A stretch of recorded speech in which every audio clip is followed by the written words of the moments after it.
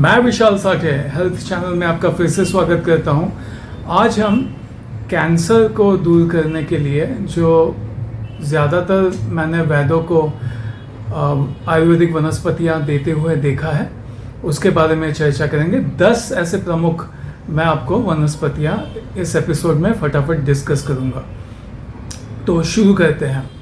Number 1, सबसे ज़्यादा मैंने यूज़ कैंसर के ट्रीटमेंट में आयुर्वेद में यूज़ करते हुए देखा है तुलसी को। तुलसी को लेकर के एक्चुअली कैंसर प्रिवेंशन में भी बहुत ये यूज़फुल है। काफ़ी बार आयोडीन की कमी से कैंसर होता है।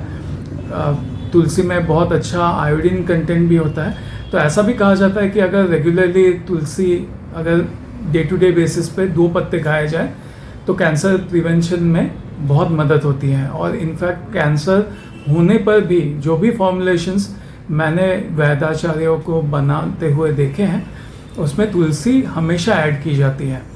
नंबर 2 है नीम। नीम को कौन नहीं जानता है।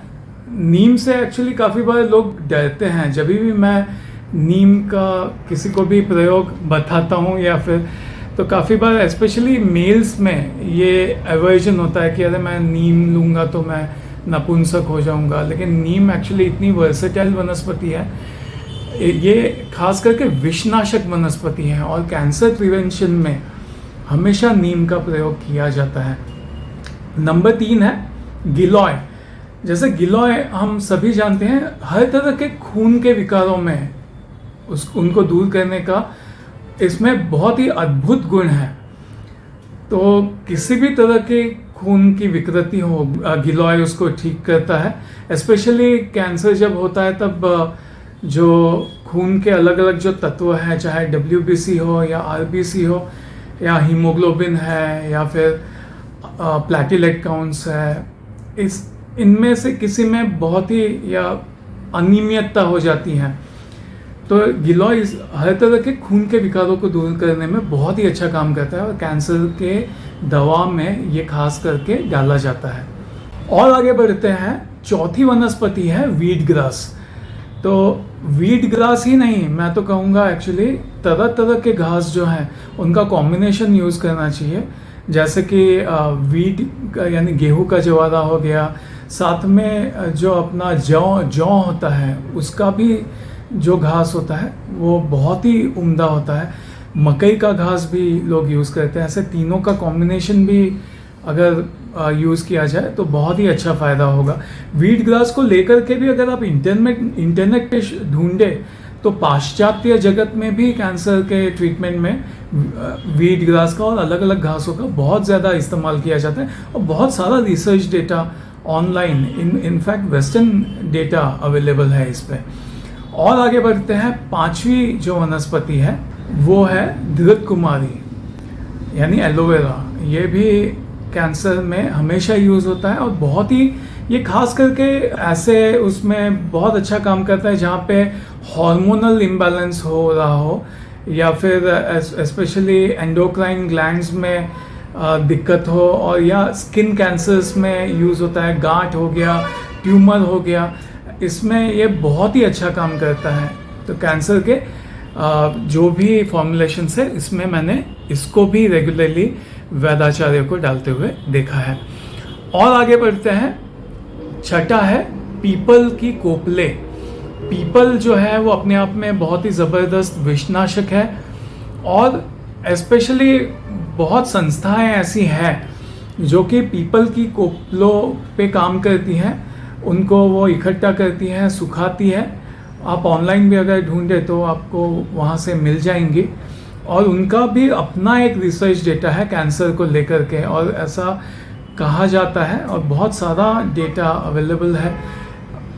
स्पेशली आप अगर इन संस्थाओं को पूछें तो उनका खुद का डेटा है कि उनका ये रिसर्च है कि ये पीपल की कोपलों का रेगुलर यूज़ करने से कैंसर में बहुत मरीजों को बहुत अच्छा लाभ हुआ है।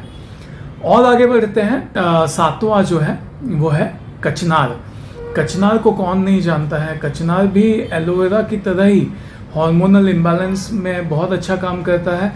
जहाँ पे भी यूटेराइन कैंसर हो, यानी कि गर्भाशय का कैंसर हो, और महिलाओं के कैंसर में, या फिर स्तन के कैंसर में, या फिर स्किन कैंसर्स में, तरह तरह के कैंसर्स में, या इनफैक्ट हड्डियों के कैंसर्स में भी कचनार का रेगुलरली प्रयोग होते हुए हमेशा ही मैंने देखा है। मैं इसमें नहीं जाना चाहता हूँ कि उसका रिसर्च डेटा क्या है या क्या है। वो एक बहुत ही आर्ग्यूमेंट का विषय हो सकता है, रिसर्च का विषय हो सकता है रादर, मैं आर्ग्यूमेंट नहीं कहूँगा। लेकिन यहाँ पे मैं फट ये इन्फॉर्मेशन दे रहा हूँ कि मैंने वैद्याचार्यों को कैंसर ट्रीटमेंट में कौन से वनस्पतियों को यूज़ करते हुए देखा है। और आगे बढ़ते हैं। जो 8वीं वनस्पति है वो है बबूल। बबूल का भी लोग प्रयोग करते हैं। बबूल भी रक्त शोधक होता है।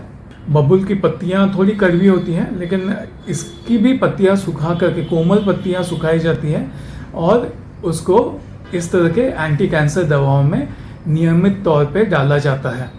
9वें वनस्पति पे आते हैं। 9वीं वनस्पति है लक्ष्मी तरु। स्पेशली ये पौधा ये एक पेड़ होता है जो साउथ इंडिया में बहुत फेमस है, और साउथ इंडिया में इस पर बहुत रिसर्च हुआ है। अब अगर लक्ष्मी तरु फॉर कैंसर ट्रीटमेंट ऐसा करके भी अगर डालोगे तो आपको इस पे इंटरनेट पे बहुत सारा डेटा मिल जाएगा। कुछ संस्थाएं हैं जो इसकी पत्तियां जो हैं वो प्रोवाइड करती हैं, और उनका ये काफ़ी अच्छा अनुभव है कि उसका काढ़ा बना करके अगर पिया जाए तो कैंसर के मरीजों को बहुत ही तेज़ी से लाभ होता है। और 10वें लास्ट वनस्पति पे आते हैं, वो है सदाबहार यानी कि पेरीविंकल। ये एक्चुअली बहुत ही कॉमन वनस्पति है कैंसर के ट्रीटमेंट में। आप देखेंगे कि आपके आसपास भी कभी आपने अगर देखा हो तो कैंसर जिनको भी हुआ हो, ये इतनी फेमस है as a cancer anti cancer वनस्पति, सिर्फ आयुर्वेद में नहीं, इंडिया में नहीं, पाश्चात्य जगत में भी, वेस्टर्न वर्ल्ड में भी, कि जिसको भी कैंसर हुआ हो आप उसके घर पे हमेशा एक गमले में सदाबहार का पौधा आपको नज़र आ ही जाएगा। तो ये सबको पता है, लेकिन ज़रूरत है इन पौधों को डे टू डे बेसिस पे इनका सेवन करने की, ताकि अगर ये हम लोग करते हैं तो कैंसर हो ही ना, क्योंकि रक्त शुद्ध रहेगा। जो भी शुरुआती लक्षण है अगर इनका थोड़ा थोड़ा हम सेवन करते हैं, जैसे सदाबहार है उसकी कोमल 1-2 पत्तियां हमेशा खाई जा सकती हैं। ये उसके और भी बहुत सारे फ़ायदे हैं। स्वाद में वो बहुत ही कड़वा होता है, और इसका सिर्फ कड़वा नहीं बकबका स्वाद भी होता है, लेकिन ये कैंसर में अत्यंत कारगर है। तो ये थी 10 वनस्पतियाँ आयुर्वेद में जो मैंने रेगुलरली कैंसर के इलाज में यूज़ होते हुए, वैद्याचार्यों को यूज़ करते हुए देखी है। अगर आप ये, मैं वापस रिपीट करूं कि ये वीडियो इन्फॉर्मेशन के लिए, अगर आप इस इन्फॉर्मेशन का प्रयोग करते हैं तो पहले आपके वैद्याचार्य का मार्गदर्शन ज़रूर ले लें। और भी आगे मैं, ये वीडियो बहुत लंबा होते जा रहा है, कभी फ्यूचर में और भी वनस्पतियाँ डिस्कस करूँगा जो कि कैंसर में, और बहुत सारी वनस्पतियाँ हैं, फ्यूचर में इस पर डिटेल में वीडियो करेंगे।